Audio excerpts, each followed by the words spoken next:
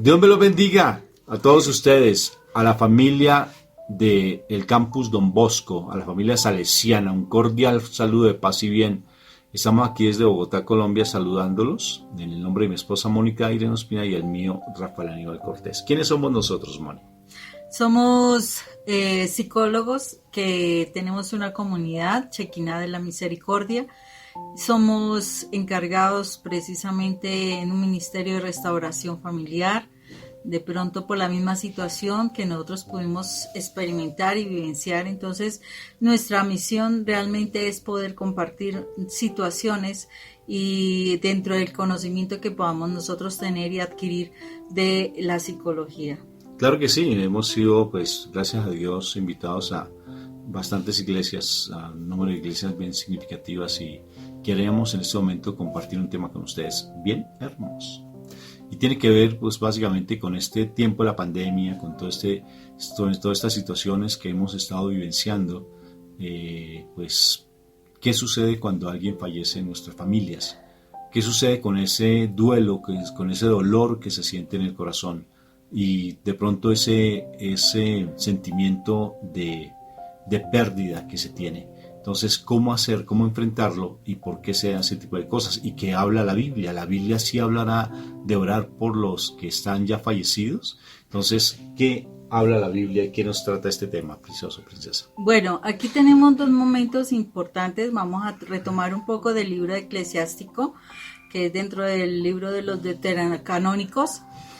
Y vamos a tomar un texto que es lo que nos recomienda precisamente la Sagrada Escritura frente a la pérdida de una persona. Y dice así en el capítulo 38, versículos 16 al 23. Dice: Hijo mío, llora por el que muere, muestra tu dolor y cumple los ritos fúnebres. Sepúltalo de acuerdo con las costumbres, no te ausente de sus funerales. Hijo, con amargo llanto y señales de duelo, hazle un funeral como le corresponde. Deja correr las lágrimas 1 o 2 días y después consuélate de la pena. Porque la pena lleva a la muerte y la tristeza desgasta las fuerzas.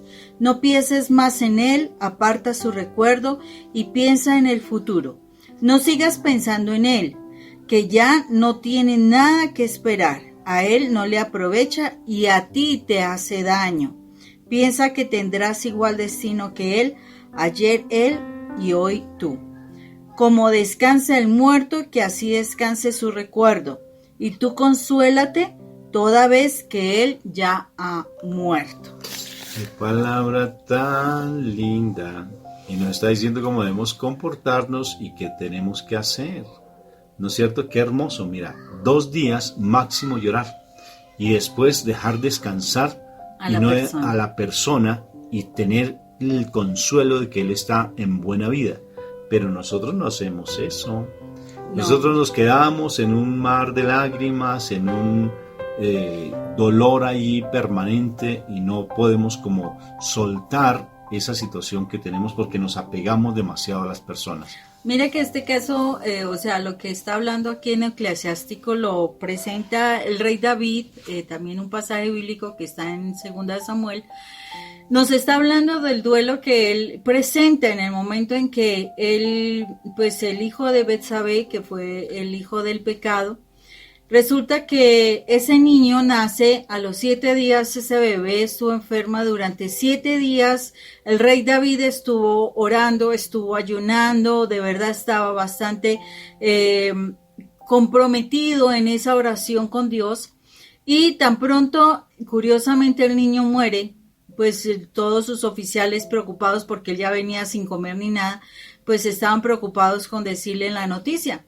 Pero curiosamente el rey David se da cuenta de que su hijo muere, entonces él simplemente se cambia, se organiza, se perfuma y fuera de eso va a comer. Entonces la gente queda asombrada. ¿Por qué hace esto el rey David?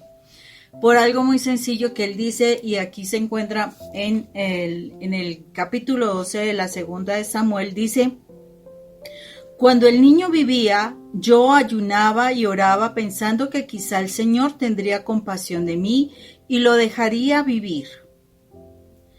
Pero ahora que ya ha muerto, ¿qué objeto tiene que yo ayune si no puedo hacer nada que hacer que vuelva a la vida? Yo iré a reunirme con él no volverá a reunirse conmigo.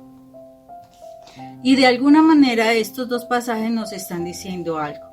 Mientras que la persona esté viva, nosotros debemos hacer todo para podernos poner, fuera de hacer las oraciones correspondientes, pidiendo la misericordia, debemos hacer todo lo concerniente a poder ponernos en paz. Porque una de las cosas más difíciles para el ser humano es cuando la persona se ha ido y quedaron muchísimas cosas, Rafa, para uno expresarle a esa persona. Porque yo creo que eso es lo que demora ese proceso de duelo.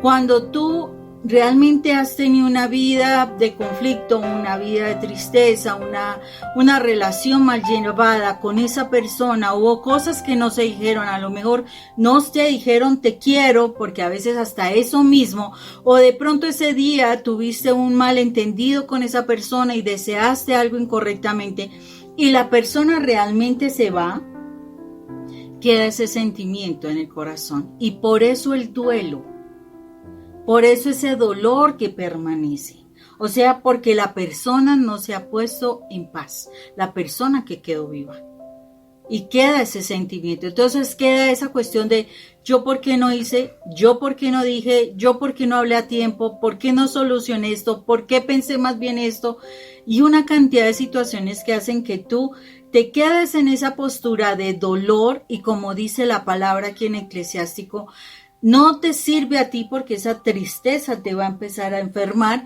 y no solamente eso, no dejas el descanso de la persona que se fue. Claro, y fíjate, Moni, que ante eso entonces, ¿qué tenemos que hacer? Cuando alguien fallece, primero uno ponerse en paz con esa alma, porque esas personas, pues nosotros como creyentes católicos, pues ella está en el cielo, ¿verdad? Está esperando la venida de nuestro Señor Jesucristo, está en descanso y está esperando la venida del Señor Jesucristo porque después vendrá el juicio. Pero, ¿sabes qué es lo interesante de todo? De igual manera, nosotros creemos, obvio, como dice la palabra, allí también que están en ese limbo, ¿no es cierto? Pero lo importante de todo es cómo tú debes empezar a orar y cómo es liberarte tal vez de ese sentimiento de dolor, de ese sentimiento de culpa porque no pudiste hablar, pedirle perdón o perdonar a esa alma. Y si es importante perdonarla, porque algún día te vas a encontrar con ella. ¿No ve que esto es temporal? Y en el cielo nos vamos a encontrar porque esa alma fue tu hermano, allá en el cielo va a ser tu hermano. Aquí tal vez fue tu papá, tu mamá, tu hermano, tu amigo, quien haya sido. Pero en el cielo es tu hermano y te lo vas a encontrar. Y en ese momento va a ser un dolor tremendo porque tal vez no supimos comportarnos aquí en la tierra, dándoles el amor a ellos, o tal vez nosotros lo rechazamos a ellos y no supimos comportarnos. Por eso es importante que en vida, en esta vida que tenemos, pedirle perdón, ¿sí? Perdonar a esa persona. Hay 3 momentos de perdón: pedir perdón, perdonar, ¿no es cierto? Y la otra, perdonarnos a nosotros mismos. Porque realmente tal vez cometimos errores y en oración, de verdad, decirle te perdono por el daño que se hizo, te pido perdón por lo que tal vez yo hice y también me perdono a mí mismo por ese sentimiento de culpa que he cargado contigo. Mira, eso va a ser tan liberador para esa persona como para nosotros mismos, porque te voy a contar esa historia de una manera muy bonita. Me encontré en una oportunidad con una oftalmóloga y ella me contó una historia muy linda que yo la había leído en otros libros, pero en unos libros, perdóname, y con unos testimonios de otras personas, pero ella me contó este testimonio tan bonito. Me dijo, yo fui al quirófano porque necesariamente un médico hizo una imprudencia conmigo y me quitó la vida. Dije, esta señora le quitó la vida, entonces ¿yo con quién estoy hablando? ¿Con un fantasma o qué? Entonces me dijo, ¿cómo así? ¿Yo con quién estoy hablando? Dijo, no, yo morí en ese quirófano. Y entonces el médico fue curioso porque yo salí del cuerpo. A mí esas cosas, yo le tengo mucha prevención cuando me hablan de eso, no tanto porque sea verdad o sea mentira, sino que yo, como he estudiado sobre la muerte, me encanta estudiar sobre esos procesos de muerte, entonces me llamó mucho la atención y dijo, bueno, ¿y qué viste? Me dijo, yo salí del cuerpo y me demoré más o menos una hora, fuera del cuerpo, y vi cómo el médico empezaba a decirme palabras fuertes, palabras muy vulgares, porque esa vieja tal por cual se nos murió, y ahora me van a colocar una demanda. Entonces estaba muy asustado. Yo le decía, ¿y tú qué veías? Pues todo eso, y fuera de eso sentía mucha paz, Rafa, me decía, mucha paz, una paz que sobrepasa todo entendimiento. ¿Y qué pasó después? Dije, fui al cielo. El cielo, y cuéntame del cielo. Entonces me dijo, vi un jardín súper precioso, un jardín donde hay unas flores que no están en la tierra, con unos colores intensos, hermosos, un aroma exquisito y una paz, te lo vuelvo a decir, que yo no te la puedo describir. Y después de ese jardín, que a propósito dentro de los libros que yo había escuchado, había leído y testimonios que había escuchado decían lo mismo. Y fui al final del jardín y allí estaba mi papá, que había fallecido unos años antes. Si yo te dijera que era mi papá, no era la misma cara, pero yo sabía en mi corazón que era mi papá. Sentí una profunda alegría y estaba con otras personas que yo no conocía. Su cara era un poco distinta, pero era mi papá. Y en ese momento yo me acerqué a él, lo abracé, él me abrazó, sentí una profunda alegría y en ese momento mi papá me dijo, hija, no es hora que estés aquí, tienes que devolverte. Y en ese momento yo abrí los ojos y pasaron 7 horas de muerte, donde necesariamente a mí ya me dieron por muerta. Y eso incluso en mi tiempo pues me sacaron en la televisión, en la radio, en la prensa, porque fue un caso muy particular. Entonces, ¿a qué voy con esto? Nos vamos a encontrar con esos seres queridos en el cielo. El cielo existe y allá nos vamos a encontrar. ¿Qué hicimos en la tierra? ¿O qué estamos haciendo ahora que todavía tenemos la posibilidad de encontrarnos con estas personas y que no sabemos, nosotros no tenemos el tiempo comprado, no tenemos la vida comprada, no sabemos qué va a pasar y no sabemos hasta cuándo realmente nuestra vida la vamos a tener en esta tierra, pero tarde que temprano nos llegará, tarde que temprano la muerte llegará y por tanto es tú que hiciste aquí en la tierra y si no lograste hacer en la tierra, entonces por ejemplo con esa persona que se va, pues reconcíliate con ella, desde la parte espiritual, con el perdón, pidiendo perdón, perdonando y perdonándote a ti misma. Además, porque hay una situación, en el libro de Macabeos precisamente nos está hablando de eso. O sea, es muy importante que nosotros perdonemos a la persona y fuera de eso intercedamos para que haya perdón por esa persona. O sea, nosotros debemos, si nos enteramos de que esa persona estaba en pecado de alguna situación, hay que orar para que el Señor tenga misericordia y la perdone por esas situaciones. Pero para que esa intercesión tenga poder y tenga realmente fuerza en el plano espiritual y alcance la misericordia, yo debí haber perdonado a esa persona. Tengamos presente cómo fue la muerte de nuestro Señor Jesucristo. La muerte de nuestro Señor Jesucristo, Él nos perdona.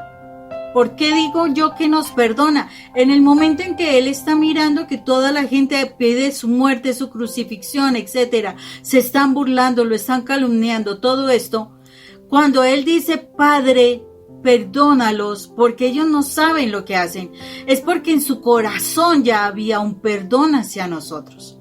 Entonces, si yo voy a interceder por esa persona que se fue, que de pronto se fue en pecado, que de pronto se fue debiendo muchas cosas, yo debí primero haberlo perdonado, haberle dado esa misericordia para que esa oración, dice la oración del justo, es escuchada. Entonces, si yo realmente perdoné, ya puedo considerarme tener esa moral, por decirlo así, de enfrentarme presentarme delante de Dios y pedirle algo por esa persona.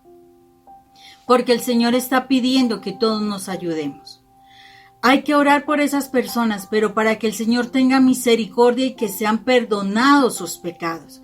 Y si yo conocí su pecado, Señor, perdónalos, porque Él estaba en este pecado, Señor. Ten misericordia y poder sentir como, qué vergüenza, Padre, ten misericordia, porque sí, o sea, te lastimó, te agredió a otras personas, hice daño. Entonces, por eso es que tenemos nosotros que en ese duelo perdonar, pedir perdón, perdonarnos, e interceder para que el Señor tenga misericordia, para que tenga misericordia de ese alma y ella también alcance la vida eterna. Moni, y ahora, ¿por qué no 2 días, dice la palabra, ¿no es cierto? 2 días llora. ¿Por qué llevas más de 2 días? No estoy contando años ni meses, ¿no? Pero ¿por qué llevas tanto tiempo con ese dolor? Sí, o sea, ¿qué sentimiento de culpa tienes?